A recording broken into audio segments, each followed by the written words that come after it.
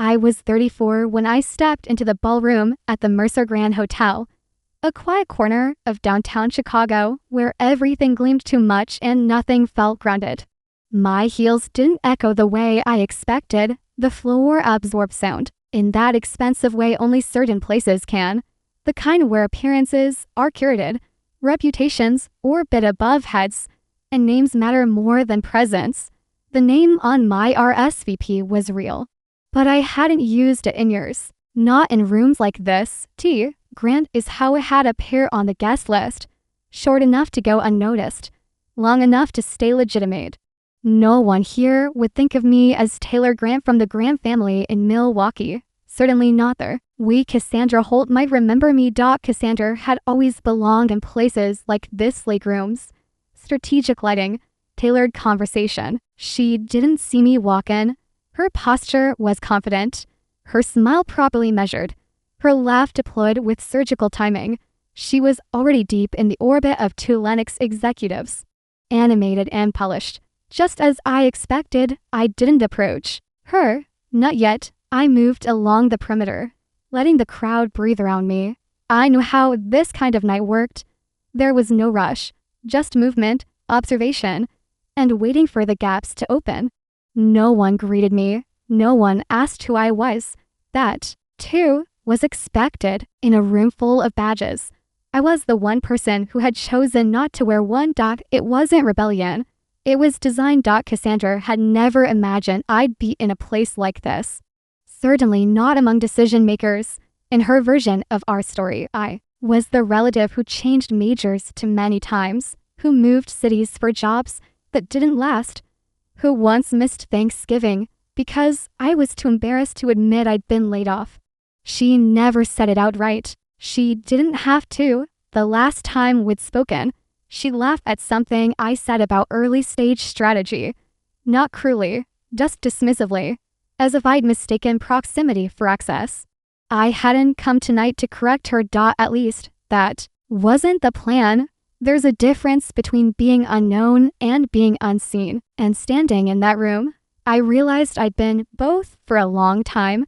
The music softened as the networking began. A tray passed near me: champagne, white wine, sparkling water. I took nothing. My hands stayed still. Cassandra's voice rose somewhere across the room, unmistakably hers. She was telling a story. People were laughing. I heard my name before I saw her gesture, and I stood very still. The rest would come later. But in that moment, all I could feel was the weight of what she didn't yet know. I hadn't always been invisible. There was a time when I thought trajectory meant something, when effort translated into recognition and timelines could be trusted. But over the years, that illusion dissolved quietly, not through any singular failure, but through a series of adjustments, course corrections, moments of restraint, the silent calculations that become second nature when you've been told, in one form or another, that your instincts are unreliable. When I left the applied data science program at Caltech Tech, I wasn't celebrated. I didn't even walk at graduation. My final capstone project, a machine learning model for hospital capacity forecasting, earned technical praise, but no invitations. The recruiter calls never came. The offers didn't land, and I stopped expecting them. Instead, I drifted into contract work, freelance audits for mid-sized consultancies, building data dashboards for nonprofits with more conviction than funding. I took a job at a public health think tank in Raleigh, where I lasted 11 months before realizing I'd been hired as a figurehead, someone to fill a diversity slide in an annual report. Still, I kept moving. I coded at night, ran simulations no one asked for. I wrote technical papers that went unpublished and read white papers from companies I'd never interview with. I started building my own modular frameworks for data integration, small, adaptive systems that worked better on lean infrastructure, the kind no one was investing in. Then came Axis Quantix. It was a name on a listing board, a flailing startup with fewer than 20 employees and no chief executive. Their platform, Data Spine, was a skeleton of potential, a lean, reactive system for batch data assimilation that no one at the company seemed to understand. They'd burned through their series of funding by trying to market it to enterprise clients who demanded bulk functionality over flexibility. It was a mismatch from the beginning. I joined quietly, initially as a contract analyst. No benefits. No equity, just a project-based arrangement brokered by a mutual contact who didn't think much would come of it. But once inside, I saw a different shape, a pattern underneath the disarray. Data spine wasn't broken, it had been misread. So I stayed. I didn't push for titles. I didn't correct people when they introduced me as a consultant. Instead, I started mapping what the product could become if it pivoted away from selling itself as a one-size-fits-all solution. I focused on the mid-market, firms with tech constraints, but urgent data needs, companies that could adopt quickly if we sold efficiency over scale. I redrew the positioning decks, rebuilt the customer journey logic. I wrote internal memos I knew no one would read. Not yet. But they were for me more than them. And I sent a message to Davis Kramer. I'd met Davis 3 years earlier, when I was working a side job moderating workshops for early-stage founders. He'd spoken on a panel and stayed afterward to ask me about a comment I made on adaptive regression. I remember how he looked at me not with politeness, but curiosity. Since then, we'd exchanged the occasional email. He'd ask for my take on certain metrics, or what I thought of a product's churn profile. I'd reply, often at midnight, rarely expecting a response. But this time, I sent him a full brief. I told him what Access had, what it didn't, and why I thought the product could survive if it stopped pretending to be something else. I attached mockups, sandbox models, user pain points we were ignoring. He replied within hours. We spoke to days later. Then again, then regularly. He didn't offer me funding. He didn't promise miracles, but he did introduce me to the interim board. He spoke to them about flexibility, about recalibration, about what happens when you bet on overlooked talent. 3 weeks later, I was asked to step in as interim managing director. The role was mostly symbolic at first. The board hadn't decided if Access was worth salvaging, but they were willing to let me try. I was given 90 days to cut burn rate, to repitch the product, to generate client interest. No expectations of miracles, just motion. I moved to a sublet in Chicago, closer to the small office we shared with 2 other companies. I lived in silence. My phone stayed on silent mode. I answered no personal calls. I kept my name off the company press, no blog posts, no LinkedIn updates. Inside the company, I cleaned house. I eliminated redundant tools, canceled vendor contracts, reassigned the 3 engineers who were duplicating work under separate titles. At night, I ran onboarding simulations. I rewrote the UI wireframes using open source tools, mapped the integration flows across common verticals, and set up a demo portal that our marketing lead had dismissed as unnecessary. And the data came in. Clients who previously ghosted us began responding. A small accounting firm in Utah signed a 2-month trial. Then a compliance team in Phoenix. We broke even on server cost in week 7. In week 8, I hired a freelance designer to rework our pitch deck. I wrote every word myself. Davis forwarded the deck to 3 VC contacts. One of them requested a call. We didn't pursue funding. Not yet. The model was still to run, but the questions they asked told me we were being taken seriously. It wasn't triumph, but it was the first absence of doubt I'd felt in years. I didn't tell my family. Not even when I signed a 12-month lease.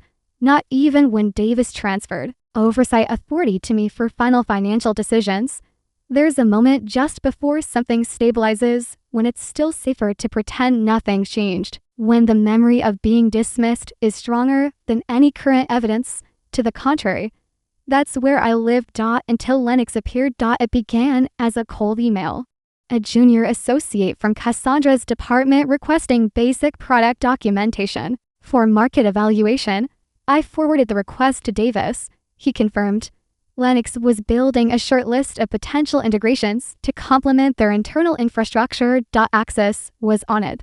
And Cassandra was leading the evaluation. That's when Davis asked if I'd attend the Chicago event to observe. He said, gauge alignment. He didn't suggest strategy. He didn't frame it as confrontation. Just context. I agreed. I didn't ask who else would be there. I didn't prepare an elevator pitch. I packed one suit, one pair of heels, and printed for copies of our Q1 progress sheet.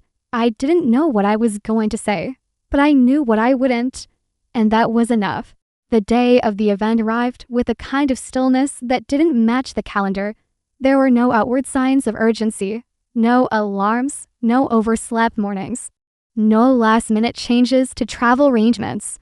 My morning routine proceeded unchanged. Coffee, a muted news stream, a half-hour review of metrics from our two newest clients. I responded to emails, accepted a calendar invite from our freelance designer, and scheduled a feedback session with our operations assistant. At noon, I stood in front of my closet and considered my options. My wardrobe was an expansive function, had long ago replaced variety, but I knew what I needed. I selected a charcoal gray suit with subtle, deliberate pinstripes, not expensive, not trendy, but tailored. I paired it with a dark green silk blouse, quiet but grounded. There were no accessories, aside from a thin silver ring I never removed and a single enamel lapel pin. Blank to the untrained eye, I arrived at the venue earlier than expected. The lobby of the Prescott Meridian was as sterile as ever soft. Lighting, echoing floors, a rotating digital sculpture suspended from the ceiling, its motion designed to soothe. The room for the private networking session had already begun to fill. Small clusters formed near the bar and around the standing tables. Badges prominent. Conversations fluid. No one recognized me. That was by design. I moved without intention, pausing near the architectural model on display, an abstract rendering of a proposed Lennox campus expansion. I listened to the rhythm of the room more than its content. The way voices lifted slightly at the ends of introductions. The way laughter was metered, never loud enough to draw our attention. Then I saw her. Cassandra stood beneath one of the recessed pendant lights, posture measured, hands resting lightly on the back of a chair. Her dress was navy, structured, precise. She nodded in all the right places, gestured in all the right directions. No notes, no hesitation. She had always known how to carry a presence. There was no eye contact. She hadn't seen me yet. I remained at a distance, choosing not to approach. There was no need. This was not the moment for conversation. At some point, I was joined by a junior partner from a small capital firm. He asked a general question about data modeling across fragmented industries. I answered without embellishment, letting the weight of my words do what name tags couldn't. He asked for a card. I offered none. I said I'd find him later. Cassandra's voice was unmistakable across the room. She had shifted into storytelling mode. Anecdotes layered with just enough self-deprecation to appear relatable. Always closing with a note of personal triumph. I heard my name before I saw her gesture. She was laughing. The group followed. It wasn't a surprise. I didn't react. Instead, I placed my glass on a linen-draped tray and moved away from the sound. A different circle, a different tone. Discussions around emerging compliance standards. I offered a passing observation. No one disagreed. A woman from an AI ethics council asked for clarification on a technical point. I gave it. She nodded. Eventually, I circled back slowly, deliberately to Cassandra's vicinity. She didn't notice at first. Then she did. Our eyes met for a fraction of a second. Her smile remained unchanged, but the angle shifted. She adjusted her posture, flicked her wrist toward a man beside her, and began a new thread of conversation. I stood at the periphery. Still, she pivoted, formally this time, and brought me into the fold. Her introduction was casual, informal, the tone just slightly amused, her language familiar, familial. There was no tension, not outwardly. When asked what I did, I deferred. When prompted for a company name, I deflected. My answers were vague, not evasive, but unhelpful. It created a space the others couldn't quite navigate. I could feel the group adjusting, recalibrating its assumptions. I made no effort to fill the silence. At one point, Cassandra remarked on my presence at the event with a kind of light surprise. The implication was clear. I didn't belong. I nodded once, offering no clarification. The conversation dissolved soon after. I moved again, this time toward the catering station, then past it. I passed Hellenics VPs discussing queue to acquisition hurdles. They didn't recognize me. I stayed just long enough to note what they weren't saying. I continued like that for the next hour, passive in motion, invisible in intent. Every so often, I crossed paths with someone from our industry, not someone I knew personally, but individuals who might know someone who did. I chose my words carefully, never enough to be remembered, but never quite forgettable either. There's a particular kind of silence that follows someone who no longer seeks to prove anything. That was the silence I wore. Cassandra, meanwhile, continued to orbit. I caught glimpses of her on the edge of my vision, her laughter, her gestures, her careful glances toward me when she thought I wasn't watching. She was measuring something. It wasn't my presence. It was the fact that I remained. As the evening deepened, a subtle shift began to take shape. A few individuals, those I'd spoken to earlier, began to connect threads. A name mentioned in passing, a product feature casually referenced, a reaction to precise for someone supposedly irrelevant. They didn't ask directly, not yet, but I could sense it. The atmosphere around me began to condense, not hostile, not curious, just alert. By the time Cassandra approached me again, it was no longer an introduction, it was a verification. Her tone was measured, her words chosen, the phrasing was carefully innocuous. But the weight behind it wasn't. She wanted to know why I was there. I told her nothing, not because I had something to hide, but because there was nothing left to explain. That evening wasn't about justification. It wasn't even about confrontation. It was observation. And every second that passed without revelation made it harder for her to maintain control of the narrative. I watched her retreat. She rejoined her colleagues, forced a smile, redirected her attention, but it lacked clarity now. Her center had shifted. I remained in place. Eventually, a Lennox director I hadn't met asked a question that was too precise to be accidental. A question about data integration challenges in small to mid-scale firms. I answered without hesitation. He looked at me longer than necessary, then nodded. Something shifted. Not loudly, not overtly, but it shifted, and Cassandra, across the room, felt it too. The shift didn't come with a dramatic gesture or raised voice. It unfolded quietly, with the weight of something long overdue settling into the room like a low-pressure front. I had just concluded a concise explanation of Access Quantix's approach to cross-platform data assimilation, framed not as a pitch, but as a general reflection on trends, when the conversation shifted, subtly at first, then unmistakably. The director who had asked the question took a small step back. His posture changed. He glanced over his shoulder toward the Lennox group, toward Cassandra. Then he looked at me again, longer this time. His expression sharpened not by skepticism, but by dawning recognition. He excused himself and crossed the room. I didn't follow his path, but I saw its endpoint. Cassandra turned as he approached, her face composed, still mid-sentence with another executive. Their interaction was brief. He leaned in, spoke a few words, and handed her something, perhaps a card or a folded note.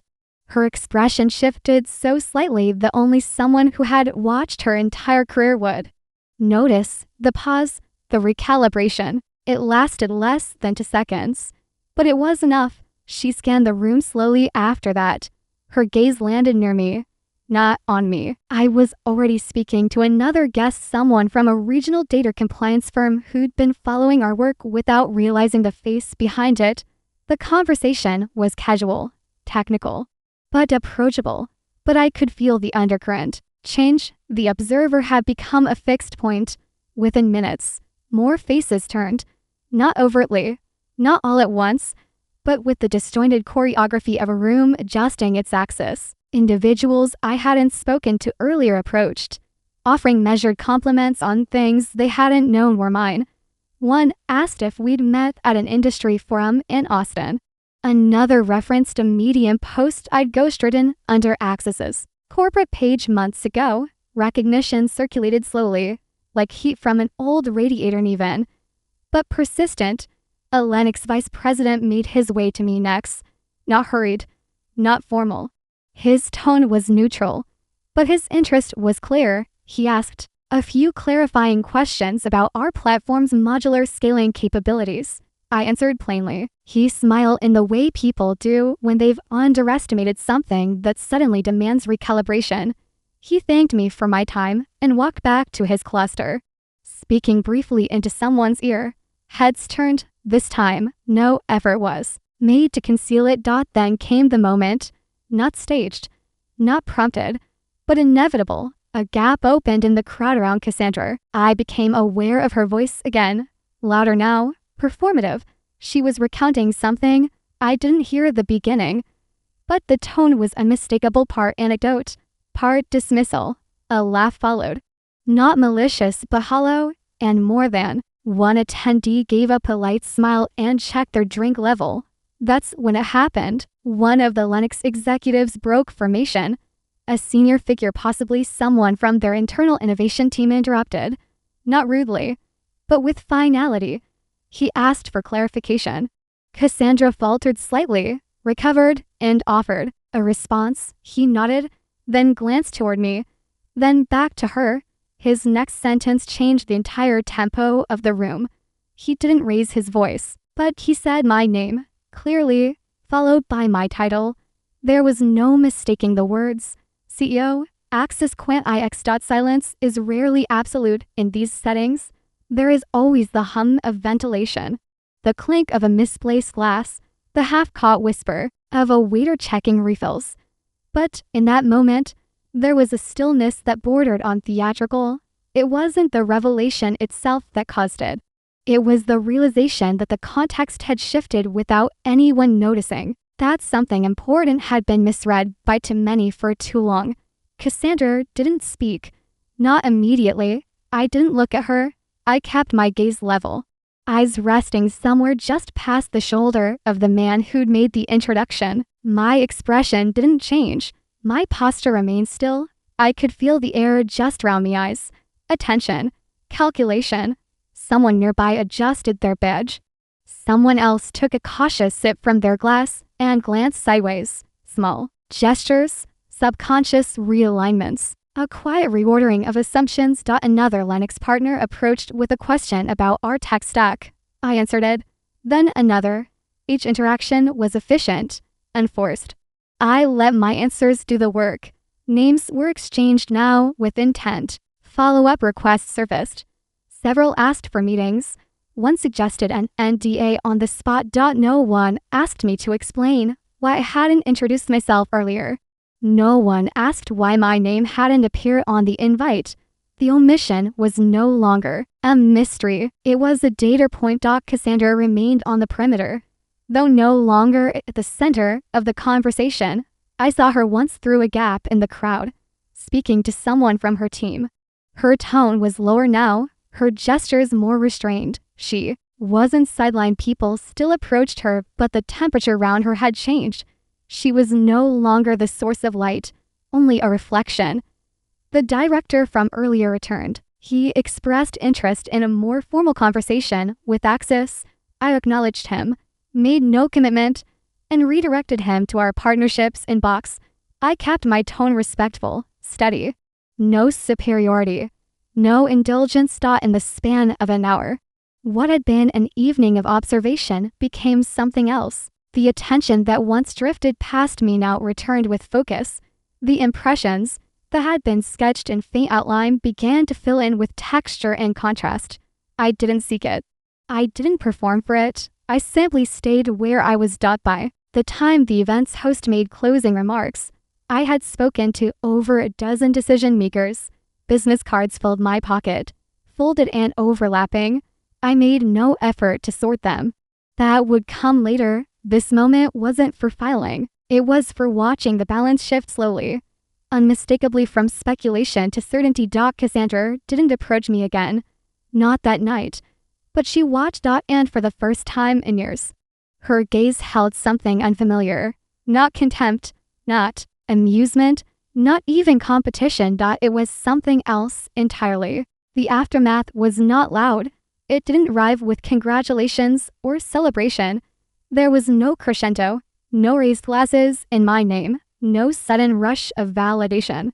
It unfolded the way recognition often does when it comes late, quietly, in fragments, layered beneath the routines of ordinary days.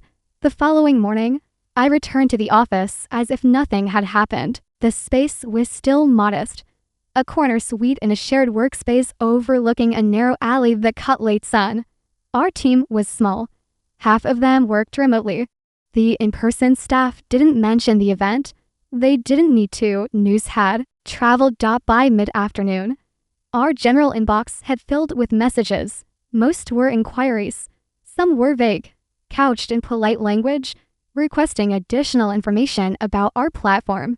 Others were direct requests for demos, outlines of procurement procedures, exploratory partnership overtures. A handful of messages stood out. One came from a regulatory think tank that had previously overlooked us. Another from a well-known founder who had, 2 years prior, declined to mentor me during an accelerator selection. His tone now was gracious, inquisitive, forward-looking. I responded with brevity. I offered timelines, deferred non-urgent meetings, escalated only what was aligned with our roadmap. There was no rush, no urgency to capitalize on momentum. The work had already been done. What remained was continuity. Later that week, Davis forwarded a note he'd received from one of the Lennox board members. It was a short paragraph acknowledging Axis's unexpected relevance and expressing appreciation for the clarity I had brought to their internal strategy discussions. It was unsigned, sent from a general account, but the message was unmistakably personal. I archived it without reply. Cassandra's name surfaced again through official channels. Lennox had updated their M&A committee structure, reassigning leads on several evaluations, including Axis. Her name was absent from the documents that followed. No announcement had been made. No press release. But those who watched closely would notice. Inside Axis, things shifted incrementally. The tone of meetings changed. Input I had once offered cautiously was now met with thoughtful silence, then consensus. The engineers began asking more expansive questions. Our operations assistant began drafting proposals without waiting for directives. There was alignment not of obligation, but of trust. We hired a part-time comms advisor, not for press, just to manage the inbound flow. The advisor remarked once, in passing, that our engagement rate had spiked following the event. I nodded. It was data, nothing more. On a personal level, invitations began to appear. Some arrived as event RSVPs, others as informal coffee requests. A few came through mutual contacts who had not previously acknowledged knowing me. I accepted some, declined most. My time remained structured. One invitation came from a consortium of mid-market firms pooling resources for a shared data governance initiative. Their director referenced my comments at the networking event, though I had said nothing beyond the scope of common practice. Still, he insisted I attend their next strategy session. I agreed. The session was held in a converted warehouse near the lake. 10 executives, 1 moderator, and a whiteboard filled with acronyms. I didn't speak much. I asked questions, listened. Afterward, 2 of the firms approached me independently. One requested a site visit, the other proposed a pilot. I brought both opportunities back to our team. We discussed fit, capacity, strategic value. We passed on one, paused the other. No one rushed. The pace remained deliberate. Weeks passed. The event receded into the background. but its consequences rippled outward in subtle ways. Our legal counsel noted that to firms previously unresponsive to partnership requests had reached out through back channels. One requested a licensing arrangement, the other inquired about white label opportunities. We treated each with the same diligence as any inbound lead, no shortcuts, no sentiment. Then came the internal memo from Lennox leaked, then confirmed, a restructuring of their integration division. Cassandra was reassigned, no official demotion, no visible reprimand. But the language was clear, realignment of responsibilities, redistribution of oversight. I received a call from a Lennox executive a few days later, not Cassandra, not Davis's contact, but someone new. He expressed continued interest in a potential collaboration. He referenced Cassandra only once, in passing, framing her previous role as a legacy appointment. I didn't correct him. I didn't comment. We agreed to a preliminary review. I assigned one of our leads to manage it. I made myself available for the kickoff call, but did not dominate it. I answered questions when asked, let others speak when they had the context. The call ended without ceremony. The follow-up came 2 hours later, a proposal draft, a request for exclusivity, and a scheduled board-level presentation. I read the draft once, annotated it lightly, and forwarded it to legal. Then I shut down my laptop and left the office outside. Spring had begun to arrive in small, uneven doses. The streets were still damp from morning rain. Trees along the boulevard had not yet bloomed, but their branches carried the tension of what was coming. I walked for a while, past the train tracks, down the long stretch of Halstead where the storefronts shifted from glass to brick, and back again. I passed a cafe I used to frequent when money was tight and hours were long, when I worked on borrowed Wi-Fi and rationed espresso shots. The place had new signage now, different music cut, but the same uneven table near the window remained. I didn't go in. Back at home, I reviewed our growth projections. The curves were modest but steady. No exponential leaps, no artificial spikes, just consistent indicators of relevance, of traction earned rather than borrowed. Before logging off, I checked the shared board where our product team listed internal comments. Someone had tagged a new item, customer requested dashboard customization reference. Taylor's note from Q1.